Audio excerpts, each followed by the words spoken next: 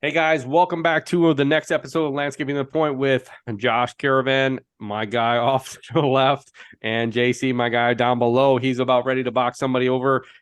He's got some good coffee in him this morning, so we are gonna go and we're gonna box today. So, all right, so we had a great episode last episode, and this one I'm not gonna let Josh talk at all. We're gonna just talk to JC, hopefully. So, so Pressure, no pressure. no pressure at all.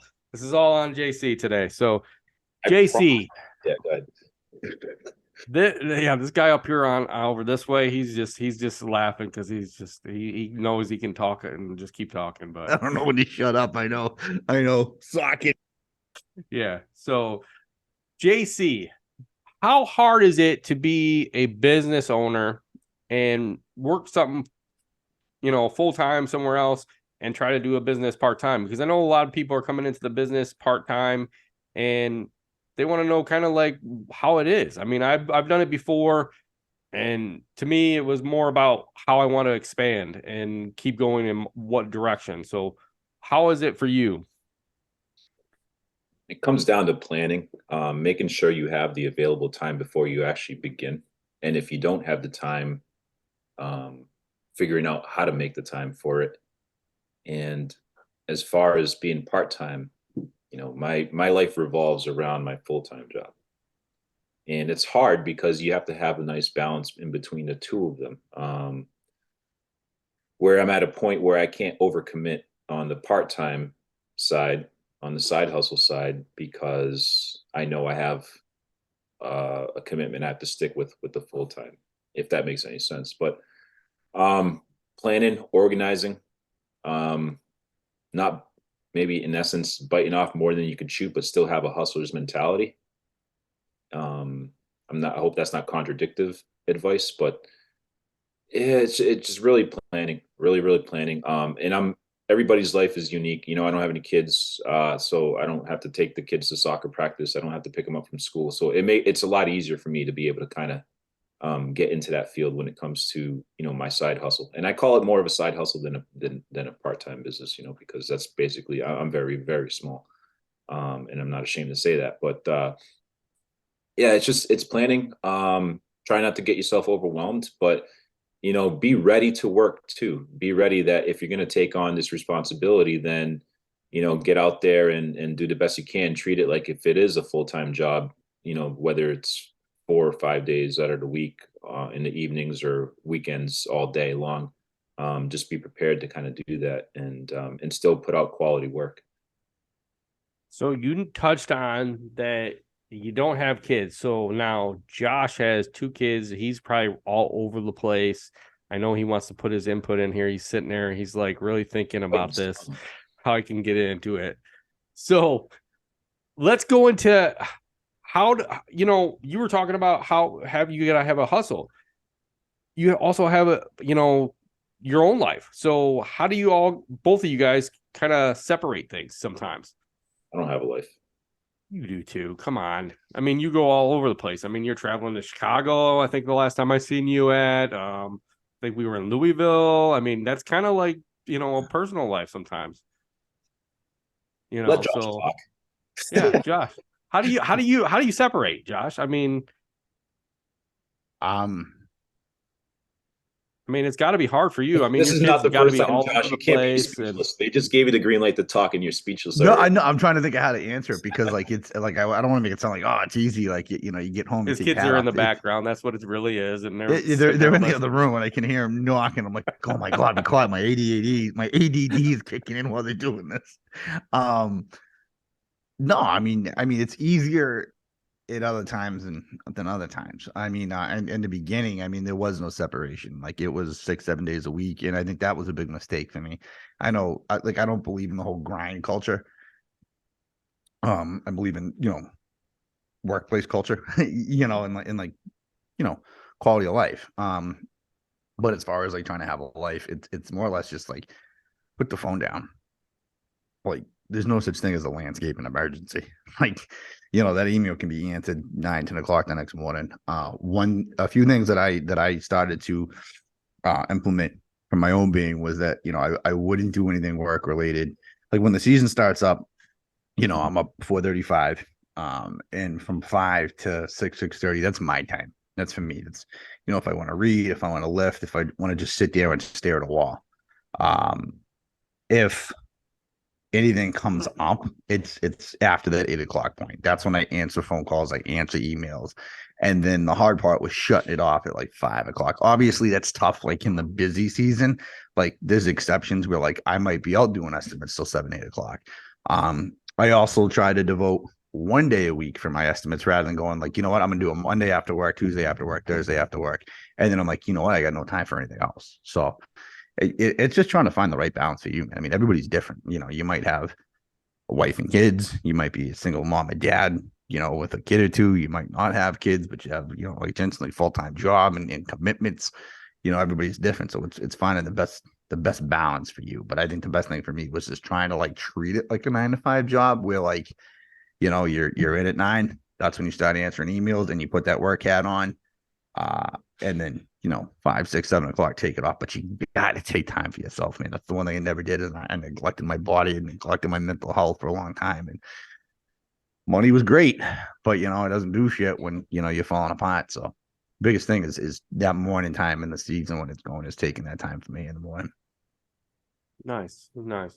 So JC, I know you're going to Japan, correct? So that's like a vacation. You're taking time for yourself, really. I mean, if you think about it, is there anything special you're trying to do or see while you're there? Or are Yeah, you just you're gonna try to visit every lawn company there, right? man. Well, speaking of which, I'm I've been trying to coordinate a tour of Echo's parent company, Yamabiko.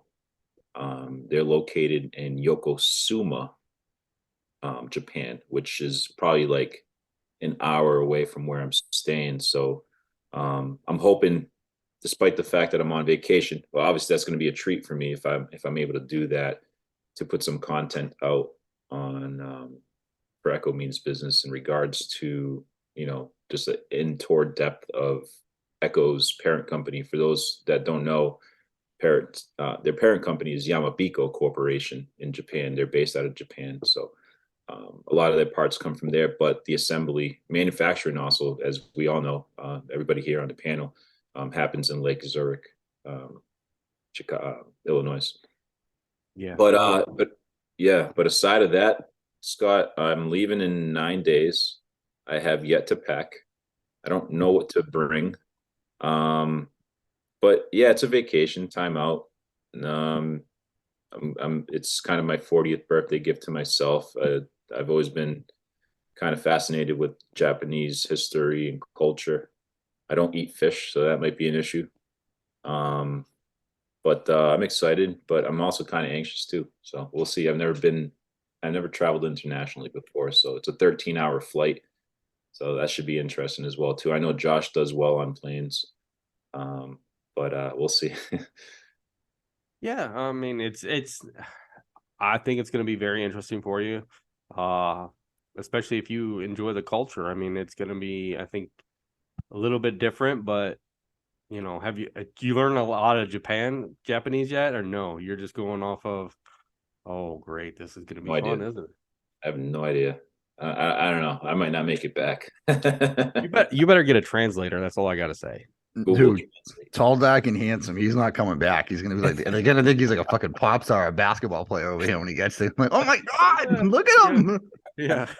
As tall as he is, definitely. They're going to be like, wow, he is a basketball player.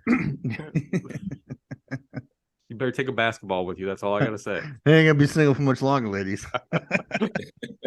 Gonna have a franchise over in Japan and then here. You see the lawn care in Japan. Yeah. Oh man. So then you'll come back and you'll enjoy getting back to the grind, and that'll be interesting. So starting the grind, how is it going to be hard for you guys? No, JC says no. It's going to be normal.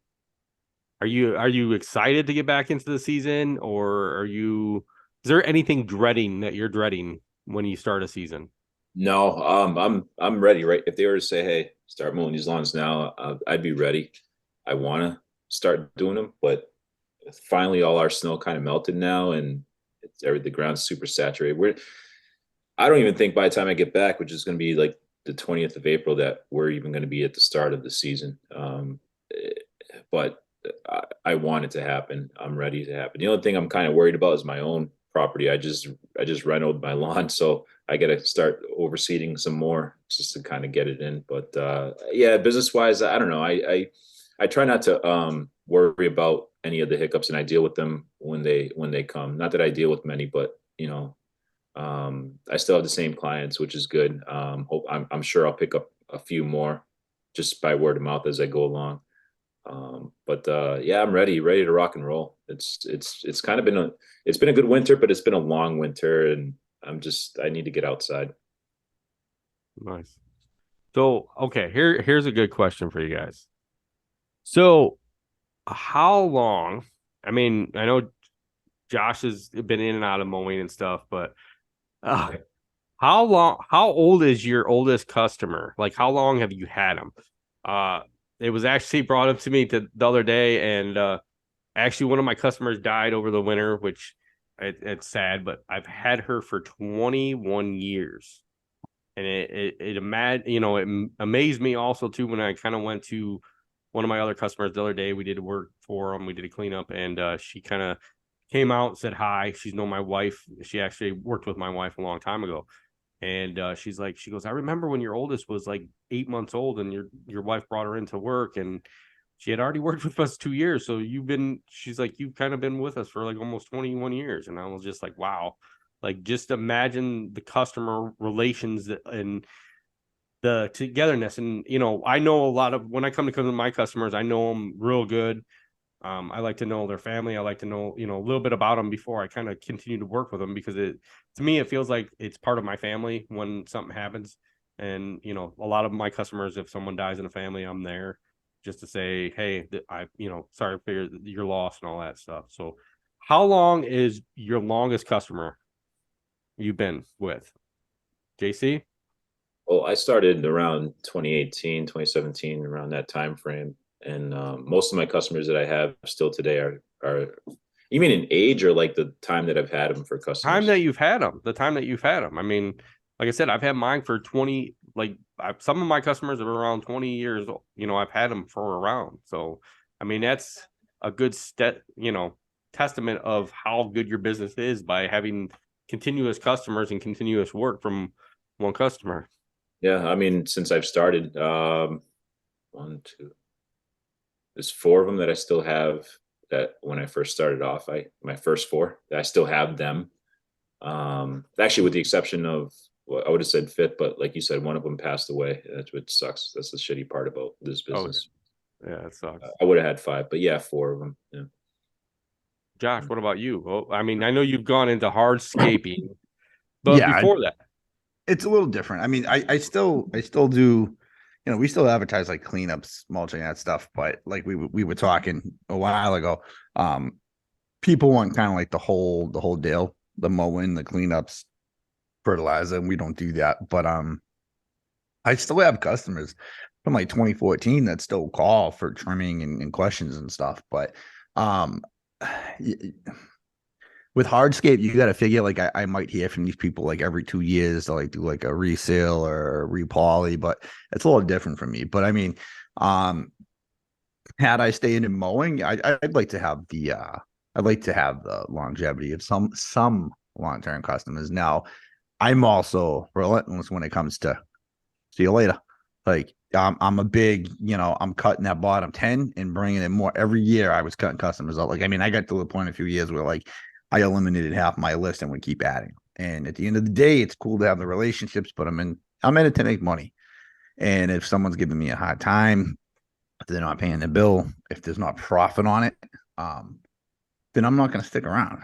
I mean, it's cool, but at the end of the day, I've learned my lesson. Where like You're everybody's best friend until you're not, and then they go to the next guy because they're cheaper or they're quicker or something. So I mean, there's loyalty to an extent, but I'd like to. I mean, I grew up around boomers in automotive. You know, my uncle had his own business for 35 years, and he had customers that were going to him since day one till his retirement. So I do think that's cool. You know. I have obviously more than 4 accounts, but those are my 4 original ones that I've had. And like Scott was, I mean, like Josh was saying, I had 3 properties that I was mowing that was way. I took them on because I was new, but they were way out of my location. Way it took a lot of effort to get to those 3 properties. Whereas I started thinking, you know what, it's not worth it to me, and it's easier for me to pick up 3 other properties that are closer by within my route density, whatever you call it. And then, so yeah, I've had to let go some customers too, but those original 4 have been with me. Those like my first clients that I've had, and I still have them. So yeah, thankful for that. One of my oldest actually, it rang a bell because what Jensen just said. So like we started practicing like real tight route density when we were mowing, and we got to the point where like we would service like surrounding towns 5 miles out, 10 miles out, and then we shrunk it to just our town. And one of my oldest customers, at that time, I had to let go. And that's where I started learning to take the emotional aspect out of making decisions and making it just professional, because like these people were cool. Like you'd hang out with these people like down to earth. You could talk to them whenever you went there. But at the end of the day, it's like, all right, well, what pays my bills? And it sucked letting go. At the end of the day, I mean, I never heard from them again anyway. They had another company that I know of. So, I mean, that's one thing too, is like, if you're practicing that route density, don't hold on to people just because you like them. Do what's best for your, like, take that, like, it's a business. It is a business. Like, cut them if you got to cut them. Yeah, I feel like, I mean, we've done that, and we keep constantly do that in my business, is that we are always coming closer and closer to the areas where we're maintaining. And like this year, we dropped 3 customers that were real close to in area, but they were out of our area. So it was kind of more of, it took 45 minutes to get there. So for me to drive 45 minutes, it's not worth it, just for that, $200, $300 job. But we actually then have picked up customers that are actually in the same neighborhood that we're already maintaining. So it's like, by exchanging where we were to now we're more closer together. To me, route density is a lot of, makes your business grow faster, and, people are going to see your name quicker. You might be in that neighborhood for a longer period, and some people are going to say, oh, look at this company. They're here. I'm going to call them for work because they could probably help me. So Josh, so when you're doing a hardscape, let's say the customer says, hey, while you're here, would you mulch me? Would you mulch it, or would you just? Yeah, no, absolutely. Absolutely. Like I'll still do independent mulch jobs. I try to have a minimum on them. I don't want to go, not to sound like I don't want to do it because it's too small. But obviously I want to get as much as I can. Like for me on a property that I'm not doing a hardscape job on, there's only so much money for me to make on that property. So for me to go in and go make $300-400 on a mulch job, when I could upsell hardscape or lighting, if I can't make it, it doesn't make sense. But if I'm on a property, yeah, I mean, dude, we plant shrubs, we do mulch, I'll just still do lawn installs and stuff. But we'll trim shrubs if it's not like excessive, like if it's filler work. The problem I run into is as we transition to 100% excavation, construction, hardscape, we book out like these bed maintenance jobs. Like I have a kid that goes around and he pulls weeds and like sprays weed killer, organic weed killer. We end up booking out. We can't get to it a lot of the time. So it's like we're at the point now where like, all right, we're gonna have to cut that service out, because now like we, in a frantic in the beginning of spring, we go, oh shit, like we got to get all this work in, and then we go, why did we book this shit for? Like, god damn it. And that's what was happening with the mowing. That's the reason I got rid of the mowing. So when I looked at the profit I was making after bills are paid, after owner's salary, we were around between 2 and 5% profit. 2 and 5% profit. There's a lot of other shit I could do with a lot less overhead to increase that profit, even getting it up to like 15 to 20%.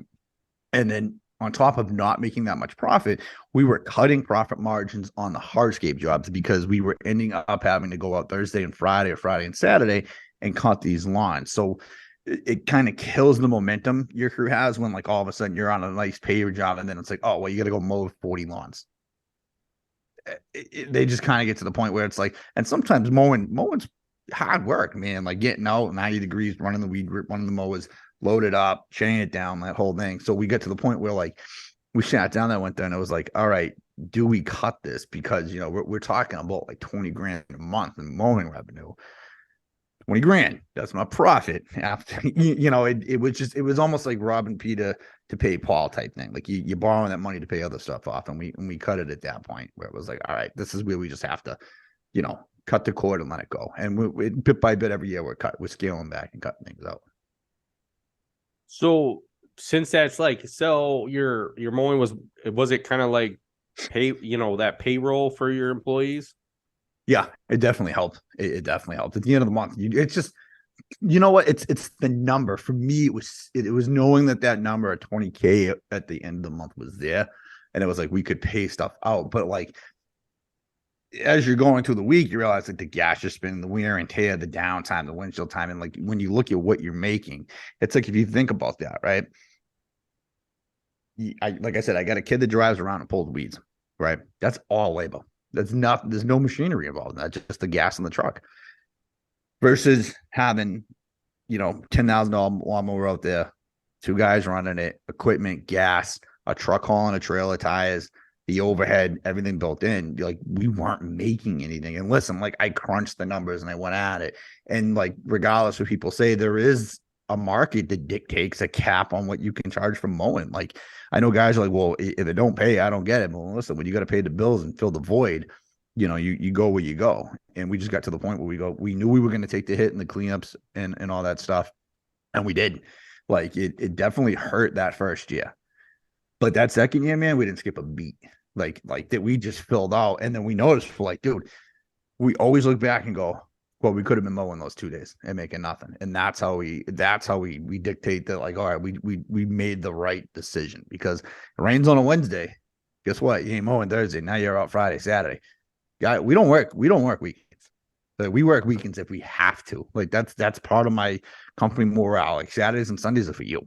Like it's your thing. Like we do all our work and all our overtime within our allotted schedule for the week.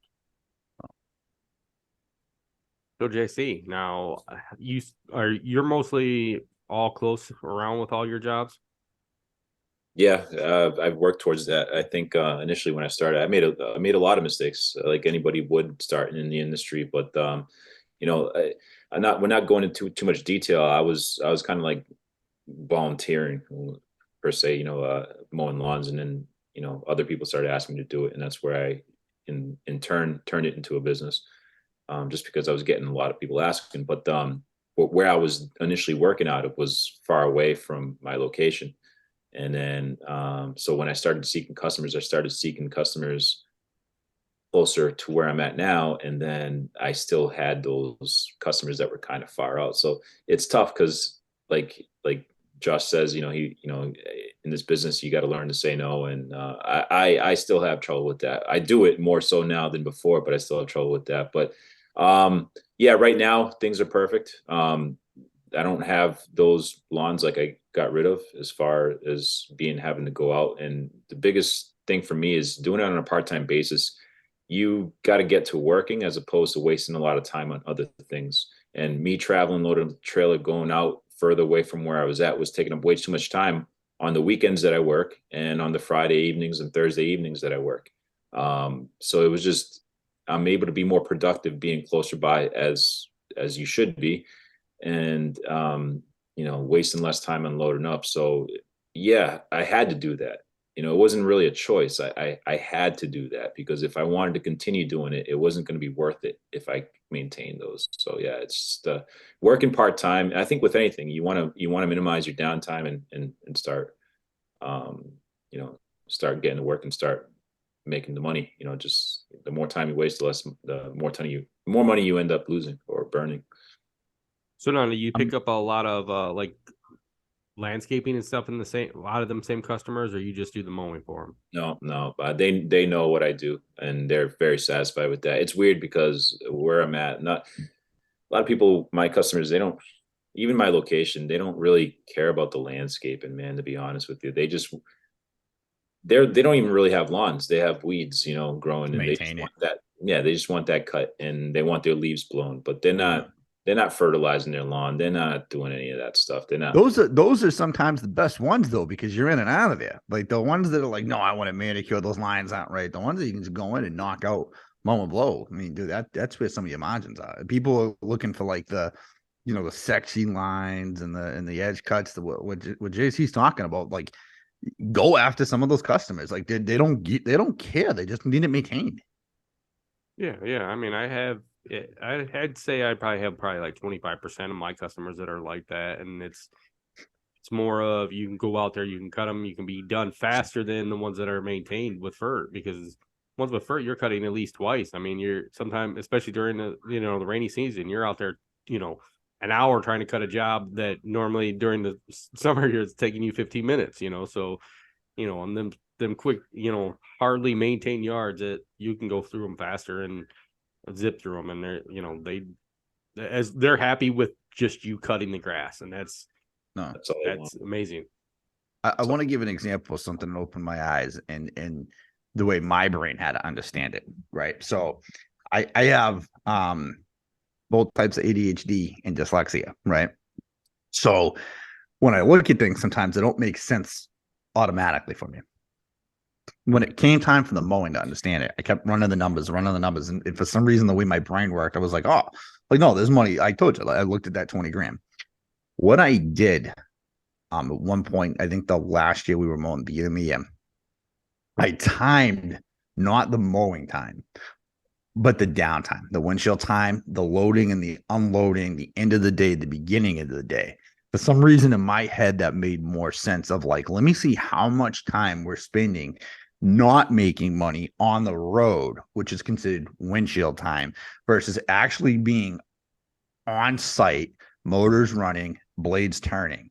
And then that really woke me up. And I only say it like that because some people are like, dude, you just look at your P&L and like your balance sheets and everything, and you figure it out. For me, in my brain, it was like, oh shit, on a 40-hour work week, we're spending like 10 hours of travel time and gate time. And like obviously you find your ways to enhance your time, to improve your time on mowing, whether it's like quick gate things, you have the route density. But for me, that really helped me break down like, okay, well, we're spending a lot of downtime. And then I took that downtime, that 10 hours a week, we could have put that into a hardscape job, completing it, because we're spending that Friday mowing. Think about that downtime you have there. It was crazy. So was it more of a hustle right off the bat that first year? Because you took totally, let's say you took totally out of what mowing wise was. So you did you keep the same employees? Did you? I had to cut a couple guys that didn't want to do the landscape and hardscape, and those Okay. were I mean that's what it was. The hard thing for me, I anticipated that spring work would still be there, and that's what kind of that's what kind of threw a rock in my plan, was that I'm thinking, all right, we're gonna have the mulch, we're gonna have the cleanup jobs. No, people were calling, we're like, hey, we want to make sure we book you in for everything. And it's like, hey, we sent an email out, we're not mowing this year, but I'll be more than happy to come out and get everything ready. And no, they want to get on the list. And kind of smart, because what I did when I had the mowing aspect was like, we would only mow you if you committed to two other services, which would be spring and fall, or like a pruning and mulch. And a lot of guys adopted that idea of doing business. And that kind of bit me in the ass. So like, when we were like, oh crap, like I can't, like, where's the money from that spring cleanup and that mulch revenue? Because it was a lot of money. Because remember, that's straight labor plus mulch. Right. So that's great. You're not running machines, you're not running excavators, bobcats, it's straight manpower. And the same thing with like weeding the beds. It's like that's straight labor. That's great money. Even if it's smaller dollar value, the profit margins are bigger because you're not running equipment. It's man labor and hand labor. Um, yeah, like it sucked that first spring, but I will tell you, I was able to take more hardscape work rather than being like, I can't take that 2,000 square foot patio because it's going to take us like 2 weeks to do it if we didn't have the mowing, but we have the mowing. If the mowing takes me 3 days a week because it rains, then I'm screwed. So it's going to take me a month to do that job. It doesn't make sense. So it was interfering. It was more or less like, which way do I want to go? And for me personally, I felt that if I was going to do mowing, I needed to be 100% into mowing. Like I'd have to, like, for where I wanted to grow to, I'd have to just invest in mow. I'd have to be that mow guy. And I'm not saying there's not money in mowing, but I mean, you got to really, like, guys go at it and say, well, mowing's the gateway. You get the mulch, you get this. I don't want to gamble on that. I want to gamble on, like, I know when I'm going to a property, I'm making this. This is what I'm looking at. Josh, would you ever consider, in an effort to expand your company, to start a separate business and do mowings and then have your hardscape on the other end? No. Doing, and granted, there's people that are a lot smarter than me, a lot, that have figured this out. Obviously, there's money in mowing because there wouldn't be companies that are based off mowing doing it. But for me personally, what I've seen investment wise, there's a lot more that you can do to make money that's not as much as a hustle. Dude, the fertilizer game is ridiculous. Like, if you, like, in Massachusetts, a little harder. It's regulated. Like, you need licenses, you need certifications. But I mean, dude, to walk around with a spreader or even get one of those motorized ones, dude, there is bankroll. I mean, you're talking multi-million-dollar business, like within like the first few years out the gate with the fertilizer business. I mean, there's a lot of money there. And like, look at True Green. True Greens are the hacks of the industry. They've been around forever. They ain't going nowhere. They're hacks and they still get it done. So imagine if you put even like 2% of their effort into it, what you could make. If you just solely base your business based off fertilizer. And this is the problem that guys do in this industry. It's like, we're going to do everything. We talked about it in a podcast like a few weeks ago, Scott. You brought it up where the guys are like, dude, we'll cut your lawn, we'll mow your lawn, we'll cut your bushes, we'll build your deck, we'll fix your plumbing, and we'll do your plaster and your caulking. It's like, if you just narrow that down to one niche, dude, like, you could kill it. You could kill it. I sat there outside of the bagel place that Jensen recommended. I was waiting for my order, and I'm to my wife, and there's a place, and it's a women's salon. And it's something like eyelashes, manicure, pedicure, eyelashes, waxing. I go to my wife. I'm like, do those places make money? I'm like, what if they just narrow that down? What if you were the best person to do manicures and pedicures, and that's all you did, and you're known that's that place? Well, people want the one-stop shop. I'm like, yeah, but I feel like when I want to do something, if I want it done right, I want the guy that does that. Why do you think people go to True Green? They don't go to True Green for the aerating or dethatching. They go to it for the fertilizer program because they've done such a good job in marketing that when you think of fertilizer, what's the first thing you pops into your head? True Green. And then, of course, they upsell you with all the other crap. That's where they make the big money. But I mean, dude, fertilizer game, that's something I've actually considered, is bringing in a licensed applicator and start doing fertilizer. I don't have the knowledge firsthand. It is like, I mean, I think like True Green, it's 13 across the board. They just throw down straight fertilizer. If I'm right, you gotta change it up though. That's the problem.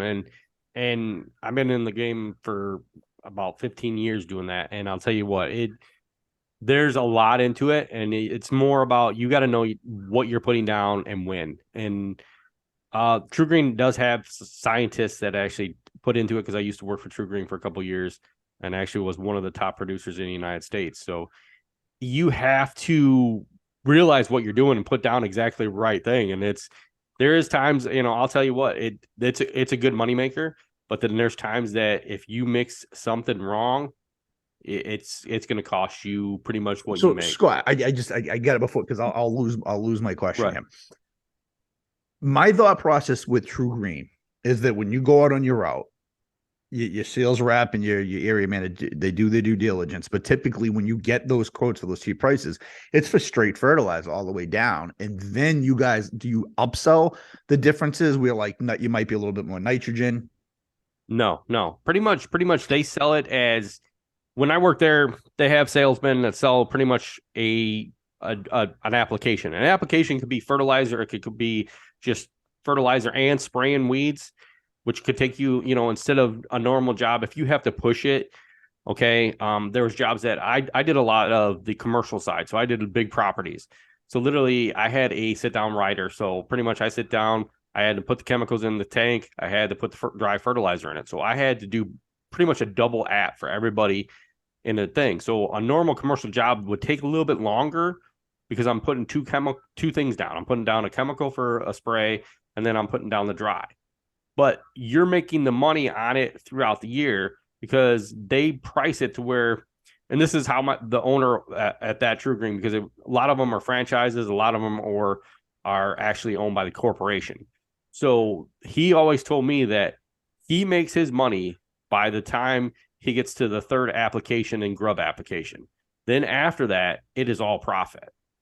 So if you had to put a percentage, okay, so let's talk about, you own True Green, you're running it yourself. First, second year, right? Based off of what you've seen they've done, what do you put up? What's a percentage you put on a profit margin? For like first year. First year, you could probably make about 10-15%. Not bad for off the gate, out of the gate. Right. I mean, your most expensive thing is a truck and a spray tank. You think you can make 10 to 15% doing 40 hours a week doing fertilizer? Oh yeah. And then, so what are you making percentage wise mowing? So let's say you were mowing 40 hours a week, mowing counting your overhead. Right. You're probably only about 2 to 5%. So I mean, you're gonna make more because, just like in doing fertilization, your money's, you're buying a pallet of fert. Hopefully, you're not buying by the bag. Oh. And if you are buying by the bag, you're going to go work with whoever you're working with that, like I work with Site One. So pretty much I buy all my stuff from Site One. So literally I work with them. I'm buying it. So I'm not buying, I walk in there, I'm buying at least 10 bags. If not, and I'm still going to get a great price because they're guaranteed that I'm going to be in there buying through them throughout the year instead of just one person coming in there buying a bag. So no, that's 10 to 15% before any aeration, dethatching, anything like that, right? Right. So that's 10 to 15%. Yeah, that's 10 to 15%. And 10 to 15% is pretty damn good, especially off the gate. Now add in that aeration service. Now you're barking up 20, 25, 30, depending on what you can do, because what's even a ride on air rate at $10,000. You're making that back in 2 years without even trying if you're doing fertilizer, Right. I mean, and then there's a lot there because even you're going to make money on, there's other things. So when you're spraying, I know I'm licensed to do the fert on the lawns. I'm licensed to spray weed control and Roundup in the beds, because in here in Ohio, you have to have a license to spray Roundup. So I have that license. I have also a license to spray trees. So I can go out and spray trees. And then I have the pesticides to be able to spray for any insects in the lawns. So literally there's a lot there, but I mean, to get your license, it's not that much of a cost. It's more about learning it. And I know like certain states, you have to work for a company for so many years and all that. And that's, if you're going to get into the game, that's the best thing I would say is to go work for someone, to actually learn how they run it and experience it. Because, for me, I worked at True Green. True Green paid for my licenses. It paid for my training. Okay. I got the best training out of the bag, from knowing exactly what I learned. So, I mean, for working for them for a couple of years, hey, it benefited me in the long run. Yeah, I know for a fact, and I've actually gone out to our extensions office and got all the information needed for certification. And I didn't do it in a sense to try to take on that employment or that business, but I wanted to know just for my own personal knowledge. And wow, that the manual, I don't know if Josh has seen it, man. That thing's like the freaking Bible times two. There's so much stuff, and 90% of it is all, save the honeybees and everything else like that. But I haven't taken the test, but it's very, I wouldn't say very advanced, but it makes you think. You have to study it. Yeah, I mean, there's a lot there. That's to answer that question you asked if I would get back into it. That's why I say no, because just what Scott just said, there's more ways to make money with less. I don't want to say a smaller investment. Now, for me, when I say smaller investment, I'm saying smaller investment because I'm not going to do it personally. I'm going to tell you right now, I'm not going to go out. I'm not going to take the classes. I'm going to try to find an applicator that I can hire that knows this shit. And I'm going to pay money. And I might not make that 10% that first year paying out in growing that business, but I'm going to tell you on the back end, there's going to be some ridiculous profits. Ridiculous profits. Mowing for me, just because I've tried every other which way to make that work for me, and it didn't work, and it was more of a headache where I had to be out there and doing it if someone didn't show up or something wasn't done right. The time it takes when you have some stupid complaint, and you have stupid complaints, it just wasn't worth it.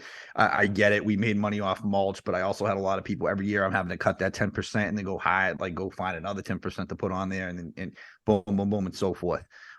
So no, there's so many other options, and I think fertilizer would be the route that I would go to take that. Mowing, I have a deal with commercial properties. If we need to mow to take your snow contract, I'll do it. But I'm not taking on like multi-acre properties. Like I want something in a minute out. Nice, nice.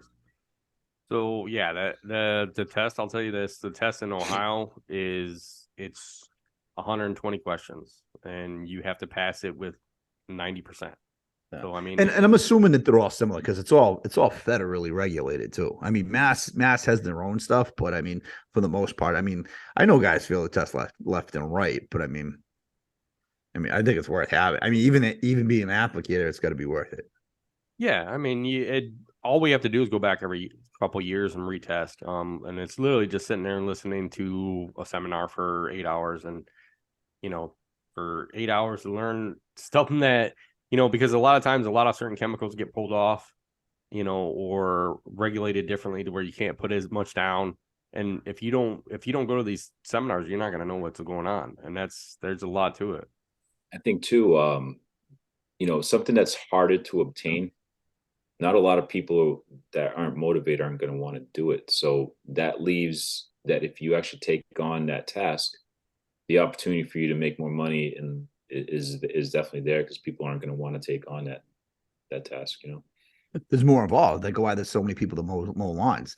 There's no light, and this is where like I'm almost for having some sort of certification or licensing to be a landscaper because anybody can jump into it.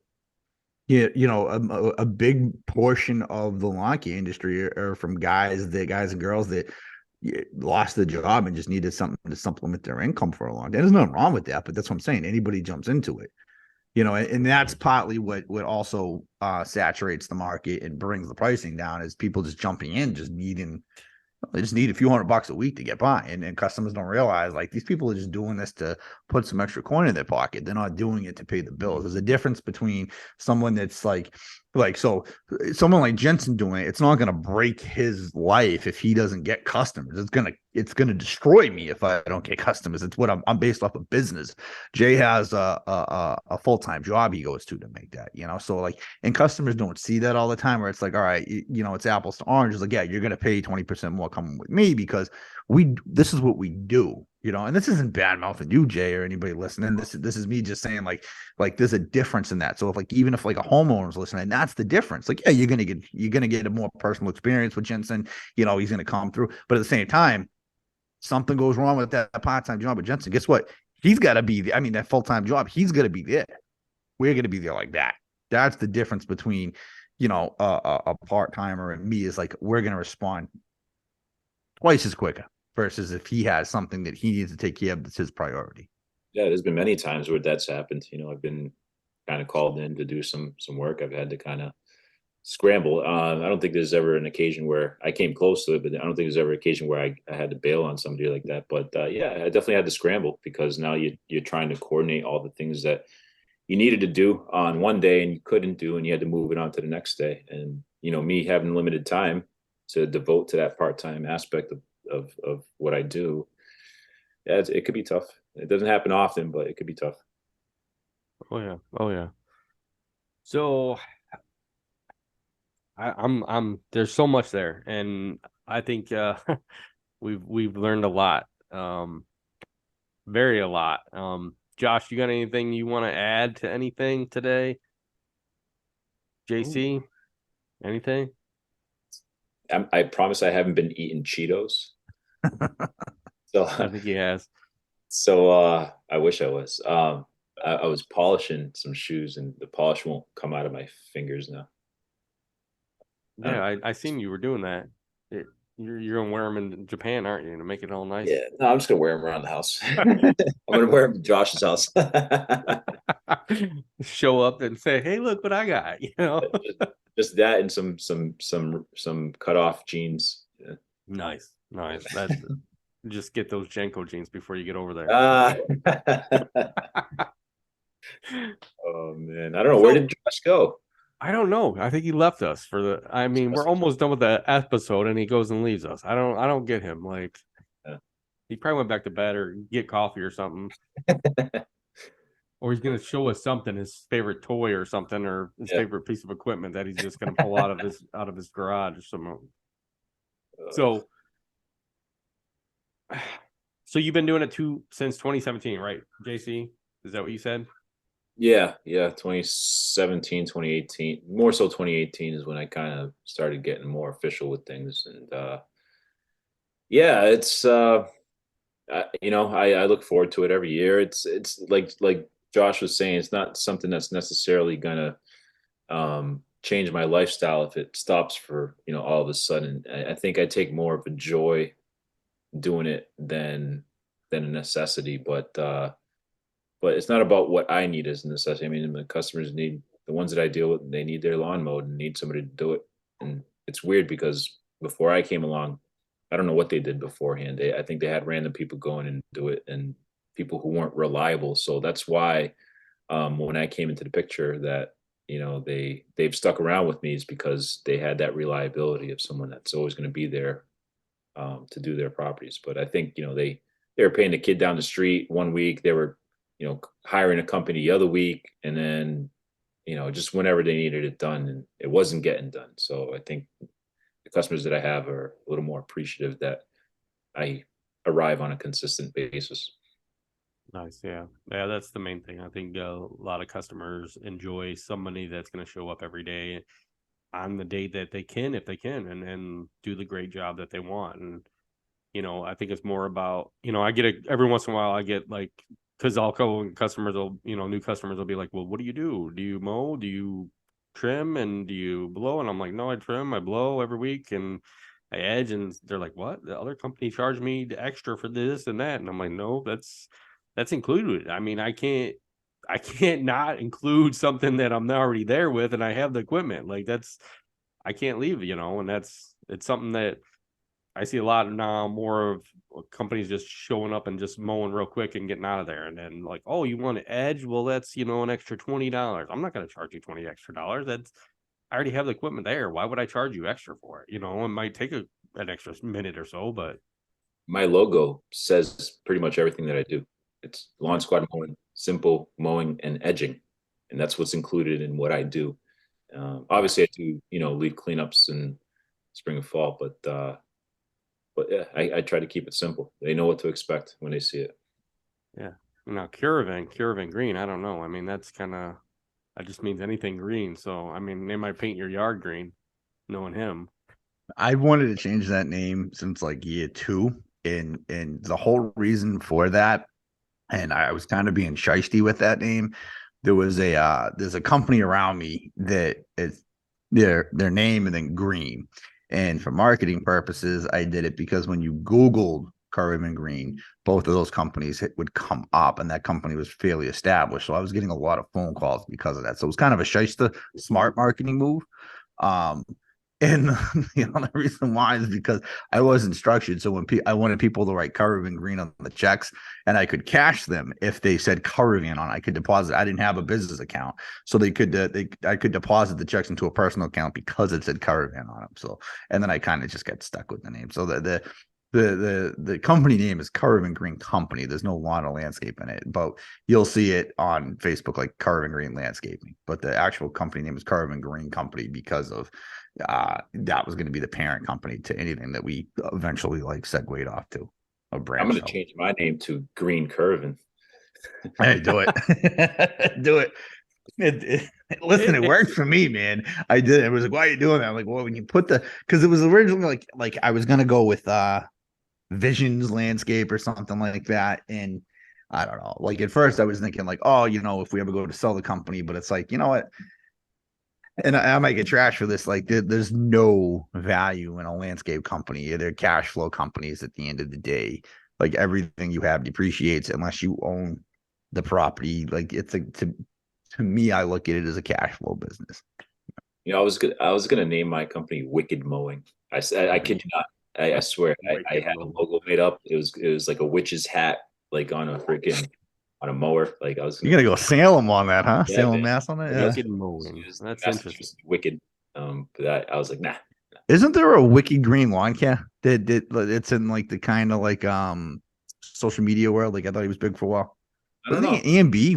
Maybe I'm making that up. I don't know. Wicked green. I think I've heard of that, maybe. And that's kind of different, but yeah. I mean we changed our name after I think 5 years. I changed my What name is to Acme? I always mean to ask you. I'm sorry, I'm yelling at the microphone right now, but He's I've always demanding. meant to Okay. ask you. Like when I hear Acme, I think Looney Tunes. That's like Wile E. Coyote. Yeah. Okay. So if you have followed me on other podcasts, I was originally I went to school for commercial art. So I kind of was into arts, cartoons and stuff. So literally when I started my business, I kind of went out there and took a business class, and the lady was like, you have to make up your own business, and I kind of already knew I was going to go into lawn care at that point because I had worked for a company. And so she goes, you got to pick a company that's going to stand out and tell me why. And I went with Acme, and I was Acme Land Sculpting at that time. And she goes, well, why are you calling it Acme Land Sculpting? And that was the thing is, yeah, I am a big Looney Tunes fan and kind of always. It is that. It's so So so in there are Wild roots from Looney Coyote. Tunes, right? That's fucking yes, awesome. I love that. Wile so E. so that's Coyote. why it's called Acme, and pretty Do much you the have the land Wile E. sculpting. Coyote tattoo? I actually sent them a letter a long Oh, time ago asking them if I could use like the Wile E. Coyote or something, and they told me no. So I kept it Acme, and I That's not went what I from asked. I want to know if you have the tattoo. no, I don't. No, I don't. I could get one, but I don't have one yet. I So love the fact that that's what it was because I think like I don't know if I was listening to the podcast or going through your Instagram. I'm like, I keep on forgetting to ask him if Acme is what I think it is. I'm like, because that is so fucking cool if it is. I'm like, That's the yep, first that's thing that came to awesome. mind. Yeah, Acme from the Wile E. Coyote and the Roadrunner. He'd always get these like the jetpack, Acme jetpack, and yep, the yep. rainbow. And then I mean, it was pretty cool because when I first started out in our area, like Acme was the first in the phone book. So if anybody knows, way back then, the phone book was like you had to have the top name. So literally, when you open that phone book, it was Acme. So Yeah, people yeah. were like, so the teacher was like, my teacher at that class was like, wow. She goes, you like landscaping? So you got land sculpting in there. So that kind of puts it in there. And then she's like, you got Acme, which you're like the first in the phone book. How the heck did you come up with this name? And I like Looney Tunes. I'm sorry, but that's literally what it is. And she's That's just like, awesome. That is so cool. yeah. So yeah. So I've always we went from Acme Land Sculpting to Acme NLS. Landscapes by Acme is pretty much our website and pretty much all our social now. So pretty much we've expanded many a times, but kept Acme. And it's to me like kind of like you, Josh. You went with Curavan Green, but a lot of people I can go to a customer and instead of them saying, well, what do I make the checkout? I just say make it out to Acme, and Yeah. they'll just write Acme. And it Yeah, I gotta my sit thing, there and spell it out. And right. It's yeah. it's literally easy. It's an easy thing, and you know, you know, yeah. So it's literally it's easy, and Works. like, a lot of people know me as, hey, it's Scott by Acme. A lot of people, Scott Acme. No, they know me that way. They don't, Yeah, yeah, makes sense. It and works. yeah. I mean, I think I should change my last name, but my wife wouldn't like that. So I mean, be a lot shorter, but she's fine with it. But yeah, but that's kind of where I've been.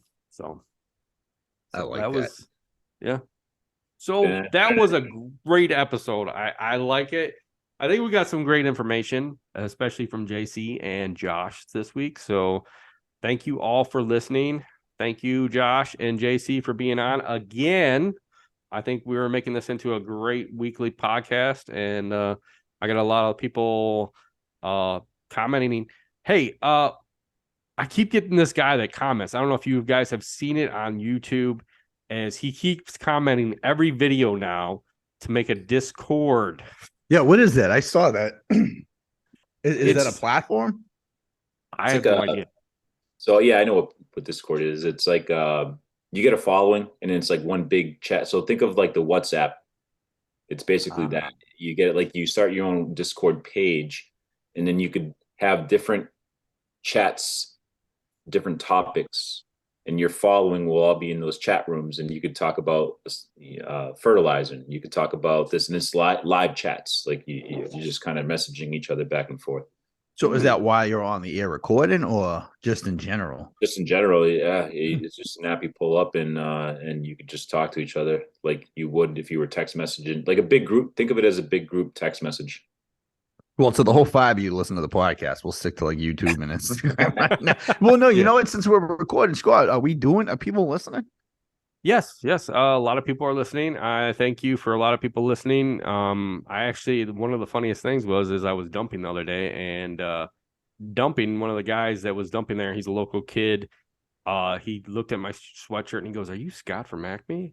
And I said, "Yeah." And he goes, "I listened to your podcast." And I was like, "Oh, that's very interesting." So, it's getting out there, and we are getting a lot more followers. We're getting a lot more people that are viewing, and I thank you guys for doing that. And, keep following, subscribe, on iHeart, Spotify, go to our YouTube page, Landscapes by Acme, watch it, comment. That's all I got to say. I mean, JC won't comment, either will Josh. I don't know why they won't comment. I don't even think Josh has even seen one of our videos on YouTube. So I have.